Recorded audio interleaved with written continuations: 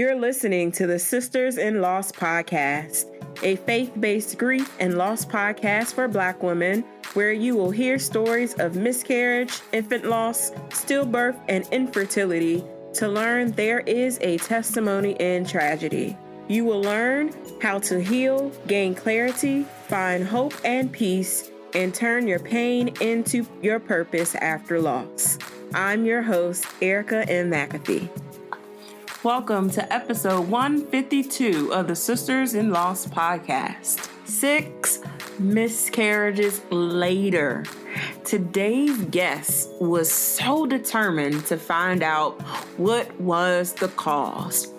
Royale Walters' tenacity and resilience led her to discover that she had celiac, an autoimmune disease, which gives her a gluten intolerance, and it led to her miscarriages. In today's episode, Royale shares how gluten was attacking her body while she was pregnant, how she changed her diet and saw immediate results, and how food has changed her way she approaches fertility. This episode is for you to listen to if you had recurrent miscarriages and are interested in how your food, like gluten, play a role in your fertility. Here is Royale Walters. Well, thank you so much, Royale, for being on the podcast. Thank you for having me. I'm so excited to get started. Yes, I would love for you to share with the listeners a little bit about yourself and what you do. Okay, so my name is Royale. I am 27. I'm a wife and a mom. I'm a stay-at-home mom right now, and my daughter is 8 months old. That's about me. So as far as my loss and infertility journey goes, it started in college was my very first miscarriage, and I did not know that there were different types of miscarriages and pregnancy loss at that time before it happened to me. With my first loss, I was 16 weeks along, and it was a missed miscarriage. I lost the twins at 12 weeks, and I was offered, I hate to try to pronounce the medicine, but the pill to release the pregnancy. And I actually was a little nervous to take it and decided not to do that. And eventually, within a week, my body did, terminate naturally. Fast forward a couple of years, I conceived again, and that also ended in loss. This time it was a chemical pregnancy, and at that point I was nervous that it had happened again, So I talked to my OBGYN about looking into why this was happening, and at that time she told me that I didn't need to be worried because it's just a natural thing that happens, and I was young, and to try again when I was ready. And so I proceeded to try again, conceived a third time with another chemical pregnancy. And in the medical world, if you have 3 miscarriages is usually when they move forward with doing any further testing. So I requested blood work, but was denied by the OBGYN I was with because the first miscarriage had happened so many years prior. So I was not satisfied with her bedside manner, and I sought out a different doctor, and that doctor took me in, and right away, without question, she did the blood work, and everything came back normal, except for I had a positive ANA test, which is antinuclear antibodies, and had never heard of that before, but she said that it should not have any effect on my fertility and to try again when I was ready. So now I'm at 3 losses, and me and my husband are, well, I can't say me and my husband. I was down, depressed, and, ready to give up the fight. It's a hard thing to keep experiencing. And but my husband is great. He really kept me encouraged and prayed with me, and we tried again. The 4th time we conceived seemed a lot more promising. We were prescribed progesterone at this point, and my levels were rising normally. Everything looked great. as far as blood work and them testing my HCG levels. But at my first appointment, which was 10 weeks, this was the first time that I had experienced a blighted ovum pregnancy loss, which basically means your body reabsorbs the growing embryo, which also I had never heard of before it happened to me. My doctor tried to tell me that, this again was something that was natural, and sometimes your body just, what a miscarriage is. And I was not satisfied. I did not feel like this was normal, or I wanted more answers. Let me put it that way. So she asked if I would like to do a genetic testing on the remains, because this pregnancy did not naturally terminate and I ended up having to get a DNC. So she did test the remains, and all of the chromosomes were normal. Baby girl, she said it was healthy, and she apologized. I don't know why it's happening. Keep trying. And at this point, we accidentally ended up pregnant, because I had wanted to take a break, but we accidentally ended up pregnant again, and experienced 2 more losses pretty much back to back.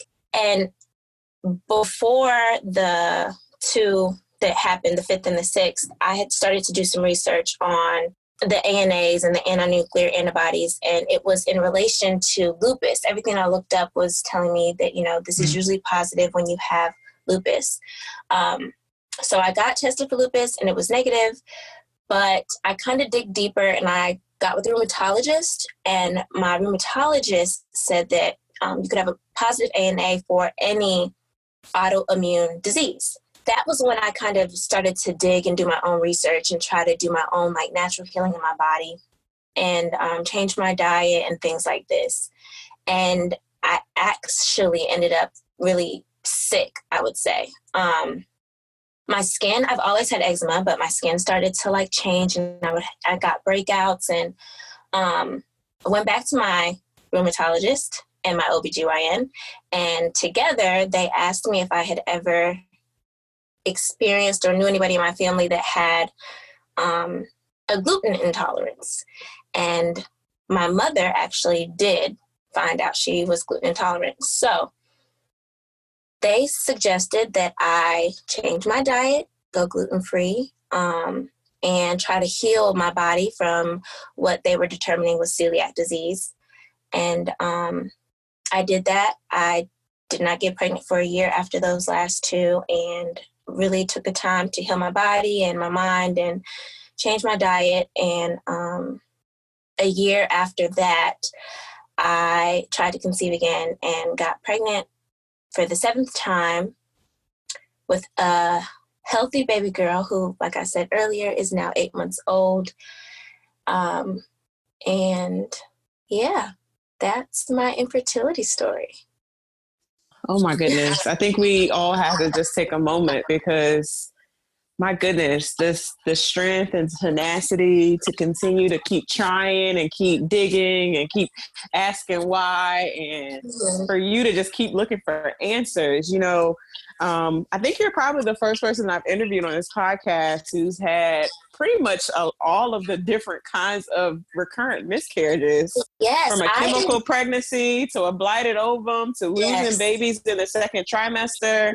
My gosh, God has truly blessed you on your trying to conceive journey. And I would love for you to share with us really what your thought process was, and really how your faith played a role in each of the different experiences after your losses, and then you making that decision to keep trying again and keep looking for answers. So from the faith aspect, like I said, definitely after the 3rd miscarriage, I can say that I plummeted. I was in a deep, deep, deep depression.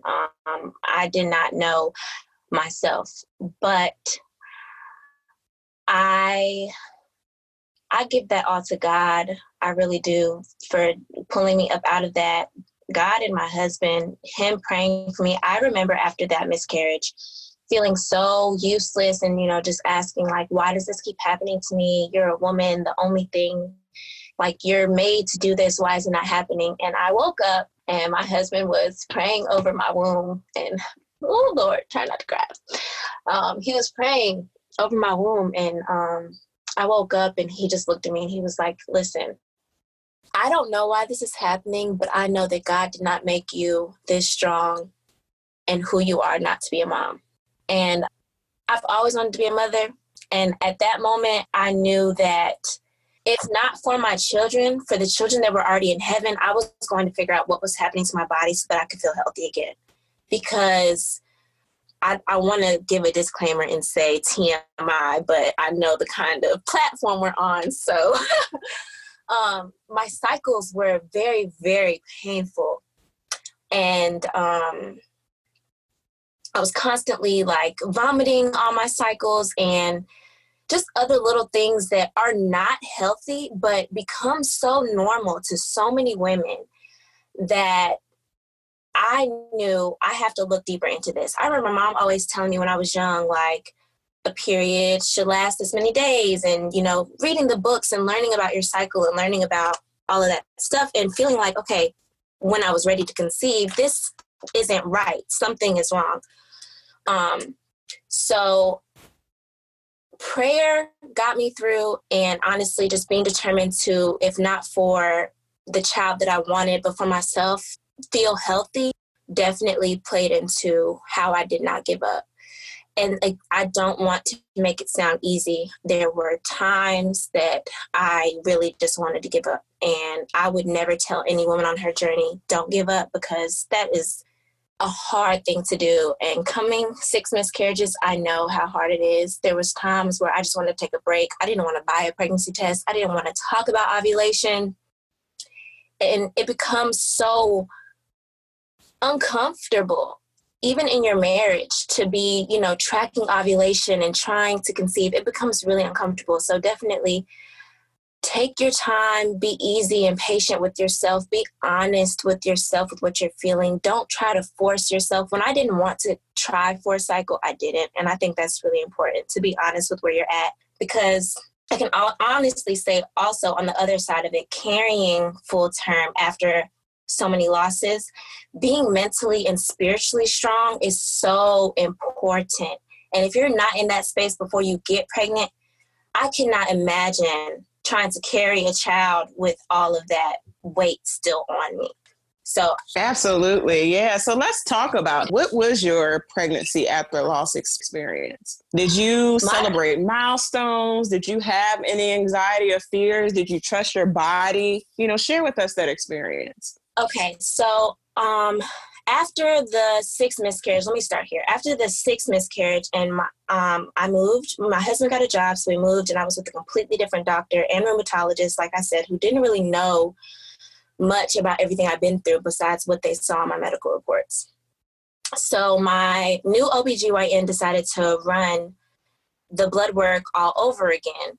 And at this point, she saw the positive ANA, but she also said that I was testing positive for protein S deficiency, which in pregnancy can cause blood clots. I had never heard that through all of my miscarriages previous, but, I'm pregnant now. I'm with a new doctor in a new state. This is what she's telling me. I'm trusting her. She prescribed me a blood thinner. So through my pregnancy with my daughter, I gave myself injections in my stomach every day of my pregnancy from 10 weeks to the day that I had to stop a couple, I think 2 weeks before I delivered, and I was induced. So that was heavy, giving yourself an injection, something I've never done before. And then I also had HG through my pregnancy and was prescribed nausea pills. Luckily, I never was hospitalized for it, but I had morning sickness all day, every day, multiple times a day. Even in the delivery room, I was still vomiting. It was very bad. But with all of that said, I would do it all over again in a heartbeat. I was so at peace through my pregnancy. And I have to give that to God, because I don't know where that strength and that peace came from besides knowing that this was what I was called to do. I was called to be a mother, and it was my time. And I relished in that. Getting through, once I heard my daughter's heartbeat, I really think that I found peace and I was pretty calm. I had moments of anxiety, which I think is more than, normal after what you experienced. There was spotting in the beginning, and that's like so triggering when you've experienced so many losses. But I would just pray and believe that everything was okay, and, remind myself, that some spotting is normal. It's going to be fine. Baby's okay. And once I reached the point where I could hear her on a Doppler, if I ever had any moments of weakness, I would do that and just, listen to her heartbeat, and found peace in that. So my pregnancy, honestly, the physical with the injections and the sickness was hard, but spiritually, I was really sound. I did celebrate basically everything.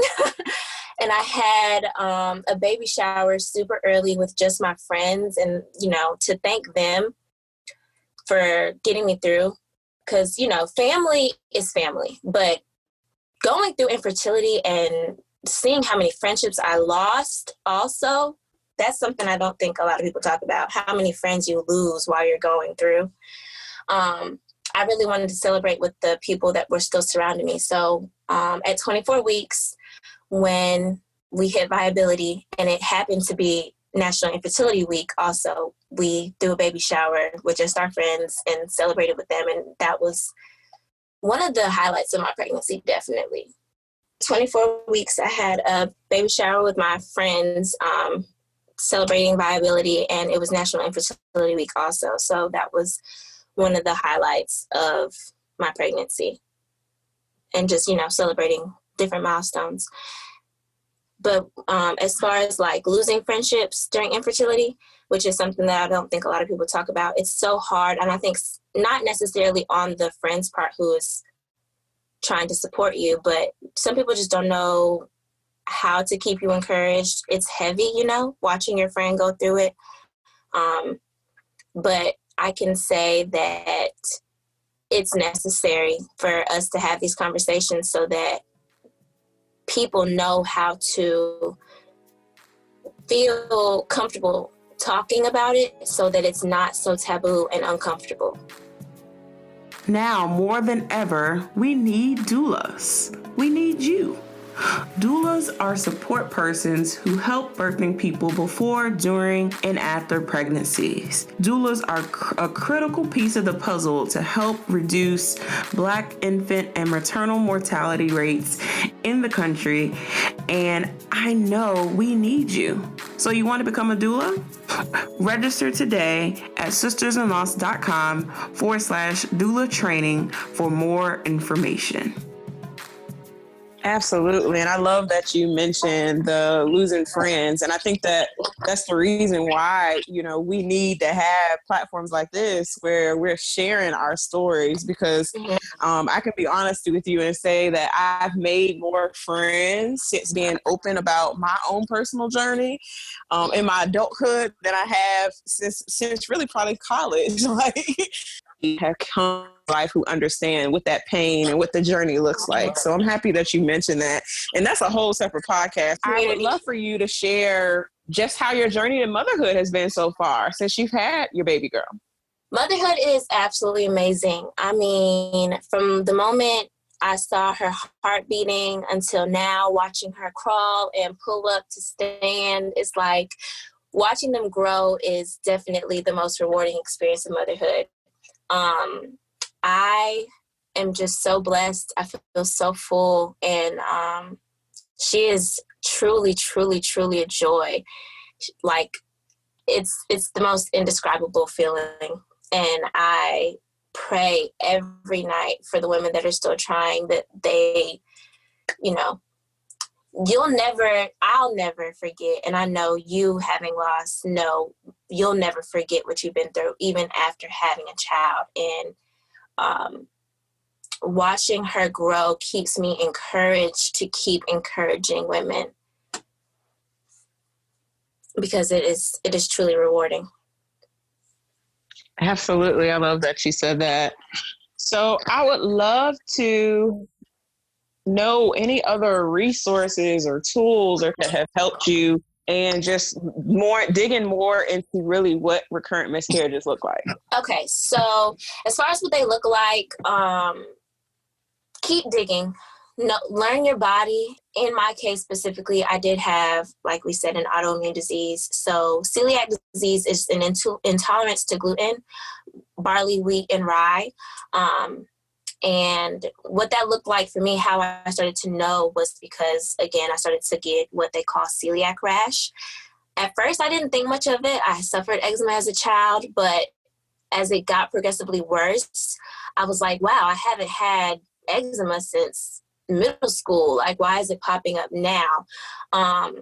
So just being in tune with your body and trying, do your research. No shade to the medical professionals, but sometimes they're looking for a quick answer, and it's not always that easy. I had not heard of celiac disease prior to doing my own research.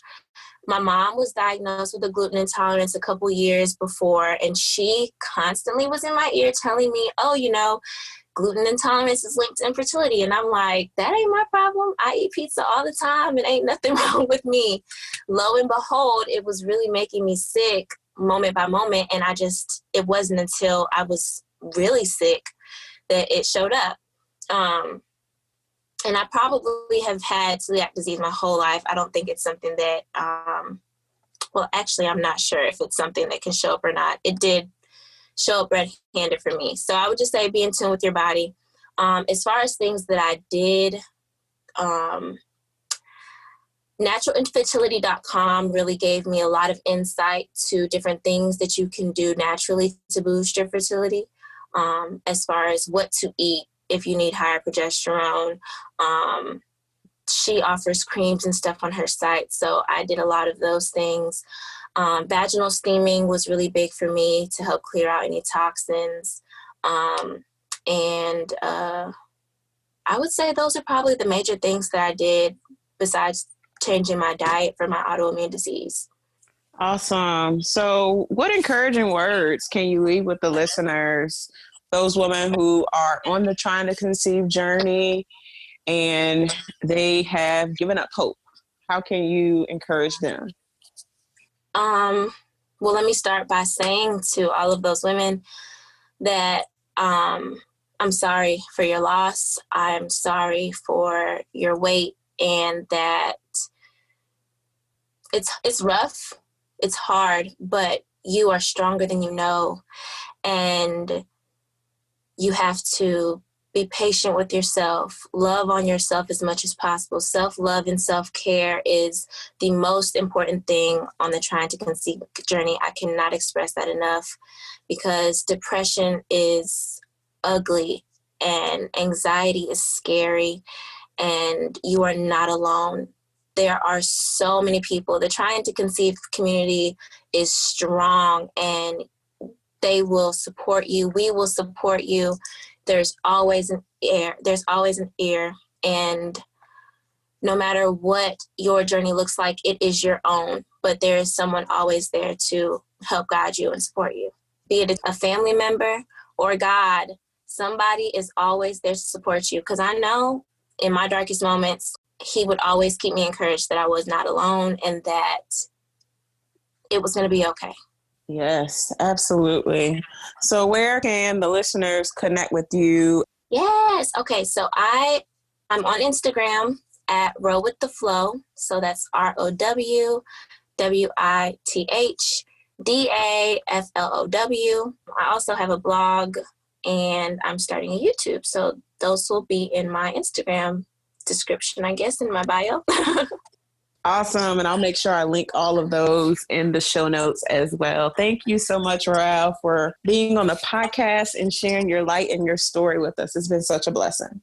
It has. And I want to say thank you so much, Erica, for creating such a space for me and all other women of color, because this is necessary. It is important. And it's a space that holds nothing else. Okay.